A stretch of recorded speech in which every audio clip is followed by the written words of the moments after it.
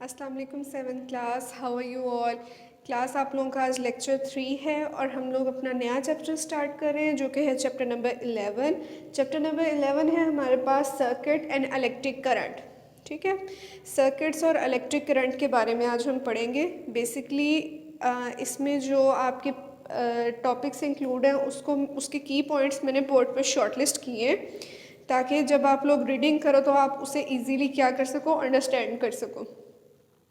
तो आप लोगों ने क्या करना है, आप लोगों ने पेंसिल्स अपने हाथ में रखनी है, बुक्स अपने पास रखनी है और अच्छे तरीके से जो जो टॉपिक में आपको जिसका जो कंसेप्ट दे रही हूँ वो उसे समझना है, बुक से रीड करना है। ठीक है, सबसे पहले आपका चैप्टर स्टार्ट होता है तो सबसे पहले वो इलेक्ट्रिसिटी के बारे में बताते हैं कि बिजली बेसिकली क्या है, इलेक्ट्रिसिटी क्या है। वो कहते हैं इलेक्ट्रिसिटी बेसिकली क्या है, हमें एनर्जी प्रोवाइड करती है। ठीक है, एनर्जी मतलब तवानाई प्रोवाइड करने का एक ज़रिया है जिससे हम अपनी बहुत सारी चीज़ें जो हैं वो रन कर रहे होते हैं।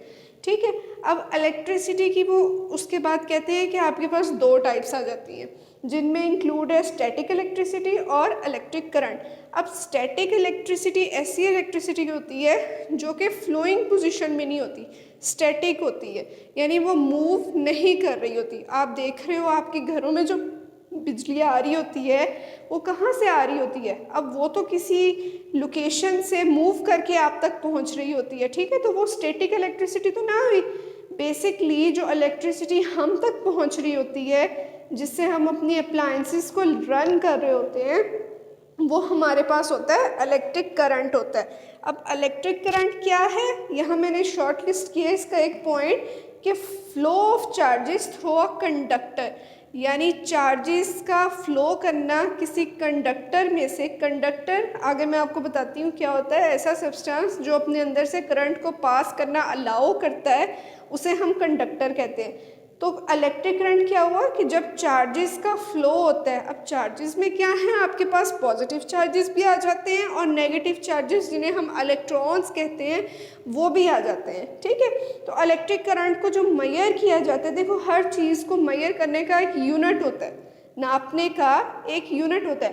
तो इलेक्ट्रिक करंट को एम्पेयर में मेजर किया जाता है जो इसका बड़ा यूनिट है। अगर small amount of electric current को मेजर करना है तो उसको हम मिली एम्पेयर और माइक्रो एम्पेयर में भी लेते हैं। ठीक हो गया। उसके बाद ऐसा कौन सा इंस्ट्रूमेंट है या ऐसी कौन सी डिवाइस है जिसमें हम इलेक्ट्रिक करंट को मेजर कर सकते हैं, नाप सकते हैं कि कितनी अमाउंट ऑफ इलेक्ट्रिक करंट जो है अवेलेबल है। तो उस डिवाइस का नाम होता है एम मीटर। एम मीटर एक पोर्टेबल डिवाइस होती है आपके पास जिससे आपको पता चल जाता है कि आपके पास इलेक्ट्रिक करंट की वैल्यूज़ कितनी एम्पेयर तक आ रही हैं।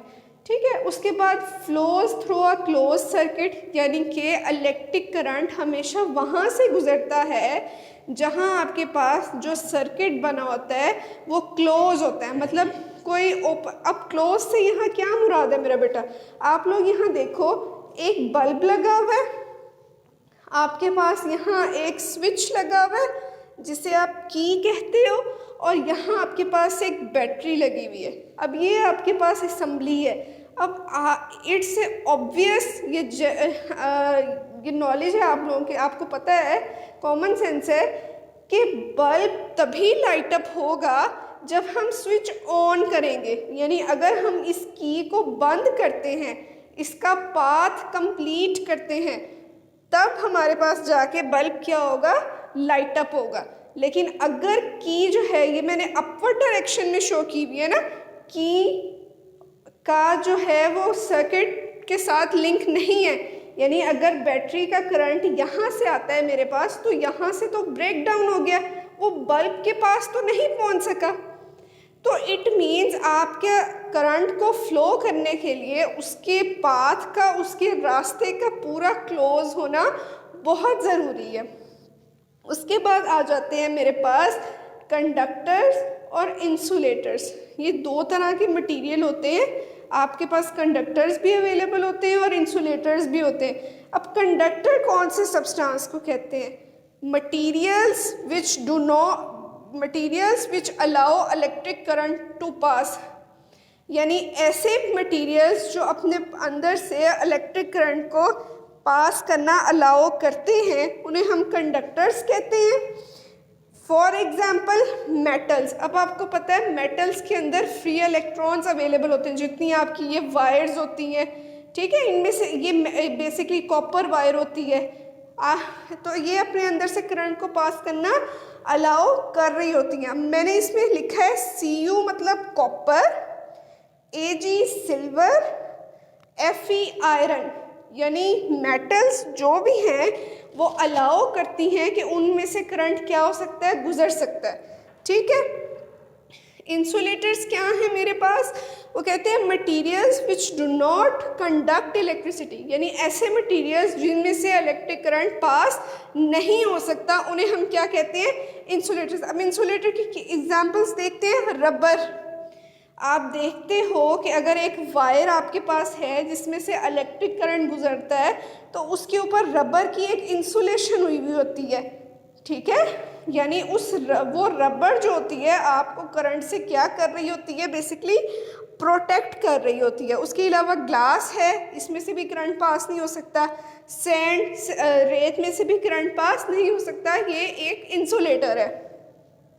अब इलेक्ट्रिक करंट को पास जब किसी पाथ से होता है तो उसकी दो तरह की असेंबली हो सकती है, दो तरह से इलेक्ट्रिक करंट क्या है, पास होता है, या तो वो सीरीज सर्किट बना रहा होगा या वो पैरेलल सर्किट बना रहा होगा करंट को पास करने के लिए। तो यहाँ मैंने एक कंपैरिजन शीट यहाँ पे बनाई है सीरीज सर्किट की और पैरेलल सर्किट की, जिस आप इजीली समझ सकते हो कि इन दोनों में बेसिकली डिफरेंस क्या है।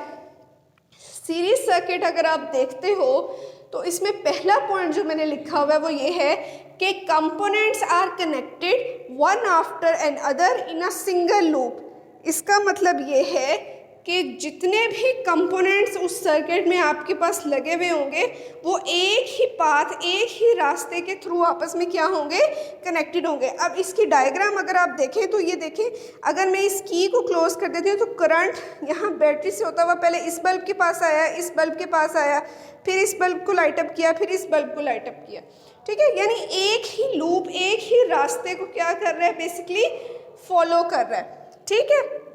और इसके बरक्स अगर हम पैरेलल सर्किट देखें तो उसमें पहला पॉइंट लिखा हुआ है components are connected in more than one loops, यानी कि जो कंपोनेंट कनेक्टेड होते हैं उनका रास्ते क्या हो रहे होते हैं, एक से ज़्यादा होते हैं। जैसे यहाँ बैटरी से करंट आया, वो सबसे पहले इस वाली लूप में गया, फिर इस लूप में गया, फिर इस लूप में गया, यानी यहाँ क्या है, मल्टीपल लूप्स हैं पैरेलल में। पहला पॉइंट शॉर्टलिस्ट हो गया, one loop in series circuit and multiple loops in parallel circuit. It would be easy for you while writing difference between series circuit and parallel circuits.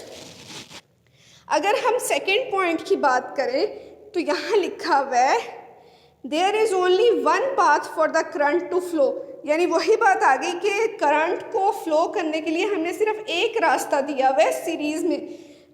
On the other hand, there are more than one path for the current to flow. एक रास्ता ये है, एक रास्ता ये है, एक रास्ता ये है, यानी पैरेलल में बेसिकली मैंने 3 उसे वेज दे दिए करंट को फ्लो करने के। अब करंट यहाँ से आ रहा है, वो यहाँ जाएगा, यहाँ जाएगा, यहाँ जाएगा, 3 वेज हो गए, तो it means multiple paths are available for parallel flow. Third point हमारे पास है सीरीज में कि amount of current through each component is same, यानी जो करंट आपकी बैटरी सप्लाई कर रही है वो सारे बल्ब्स के पास क्या होगा, इक्वल अमाउंट में डिस्ट्रीब्यूट होगा। ऑन द अदर हैंड जो पैरेलल सर्किट है उसमें यही होता है कि current in each branch is less than the total current flowing, यानी जितना टोटल करंट पीछे से हमारे पास आ रहा होता है वो हर लूप के अंदर क्या कर लेता है, अपने आप को डिवाइड कर लेता है, यानी हर लूप के अंदर का करंट लेस होता है एज कम्पेयर टू जो टोटल करंट पीछे से आ रहा होता है। ठीक है, this is your lecture for today, series and parallel circuits. Hope we continue in the next lecture.